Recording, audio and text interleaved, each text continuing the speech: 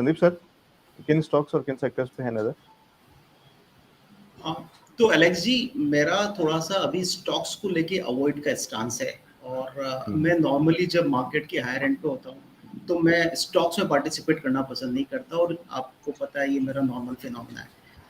See the point is हम अगर market के अंदर उस जंक्चर पे खड़े हैं जहाँ पर शायद इंडेक्स के लिए अब यहाँ पर एक पॉज़ लेना शॉर्ट टर्म के लिए, मीडियम टर्म के लिए मार्केट एक स्ट्रेच दिखा सकता है। मुझे लगता है कि अभी स्टॉक्स को अवॉइड करना चाहिए, तो कोई नई लिस्ट मेरे पास में नहीं है।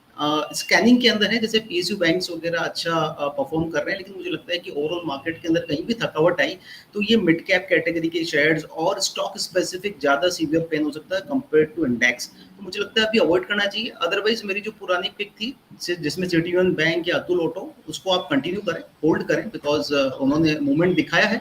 अभी भी मेरी बाइंग प्राइस से काफ़ी ऊपर चल रहे हैं, लेकिन अगर इन सभी काउंटर में गिरावट होती है और अगर आप लॉन्ग टर्म विजन के साथ में इन स्टॉक्स को होल्ड करना चाहते हैं, तो अगर गिरावट पे आप कंटिन्यू करें, इनको होल्ड करें और नीचे की तरफ इनको ऐड करने की कोशिश करें। तो वही पुरानी लिस्ट है।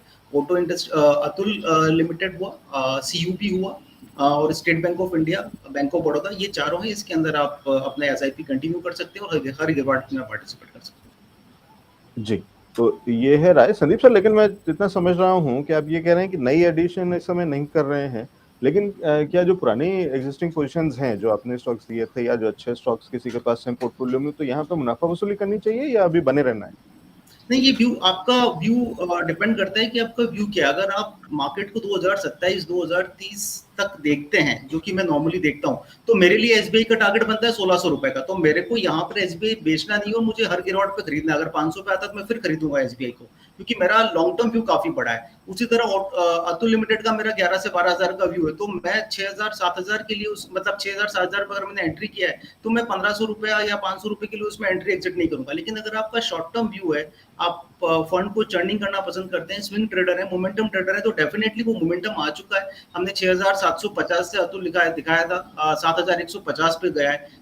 फाइन ऑर्गेनिक्स हमने 4400 के आसपास एंट्री दिया था, वो अभी 4800 के आसपास चल रहा है। सीयूपी 124 125 पे एंट्री दिया था, 132 का कल उसने हाई लगाया है। एसबीआई भी हमने 540 के आसपास पकड़ा था, रफली 600 के आसपास चल रहा है। तो अगर आपका व्यू लिमिटेड पीरियड का है, मीडियम टर्म व्यू है, तो मुझे लगता है मार्केट यहाँ से एक थकावट ले सकता है। और बेहतरी इसी में होगी कि हम पैसा फ्री रखें और नीचे के लेवल जो हमें मिलते हैं तो वहां पे हम एंट्री करें, बिकॉज मार्केट के अंदर एंट्री के मौके मिलेंगे, क्योंकि कोई भी ट्रेंड ऐसा नहीं होगा कि एक तरफा वो ट्रेंड चलेगा। अभी हम सारे ग्लोबल मार्केट्स को आउट परफॉर्म कर रहे हैं, लेकिन एट द सेम टाइम हमें लगता है कि कोई न्यूज हो सकता है, इंडिया स्पेसिफिक न्यूज आए और वो मार्केट को एक दिन क्रैश करे।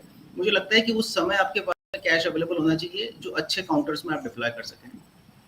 चलिए, तो ये वो वाली स्ट्रेटेजी है जहाँ संदीप सर कह रहे हैं कि पैसा बचा करके रखिए, क्योंकि हो सकता है कि फिर बीच में सेल सीजन आ जाए, डिस्काउंट मिल जाए, और जब डिस्काउंट मिलेगा तो अगर आपके पास पैसा नहीं होगा तो नई खरीदारी कैसे करेंगे। तो ये बढ़िया स्ट्रेटेजी है, और ये कहीं ना कहीं वो वाला लेवल है जहाँ सैचुरेशन है। किसी को कुछ पहले थोड़ा सा प्रीएम्प्ट थोड़ा जल्दी होने लगता है, कुछ लोग थोड़ा देर में जागते हैं, तो वो अपना अपना व्यू हो सकता है, प्लस ट्रेडिंग और निवेश इन्वेस्टमेंट के हिसाब से। तो वो भी जो कह रहे हैं संदीप सर कि अगर आप ट्रेडर हैं तो शायद जिन ट्रेड्स में आपको बढ़िया मुनाफा हो रहा है वहाँ थोड़ी थोड़ी प्रॉफिट बुकिंग करनी चाहिए, लेकिन अगर आप निवेशक हैं तो शायद बने रहिए, क्योंकि पार्टी अभी खत्म नहीं हो रही है, लेकिन नई अपॉर्चुनिटीज के लिए आपके पास पैसे भी होने चाहिए।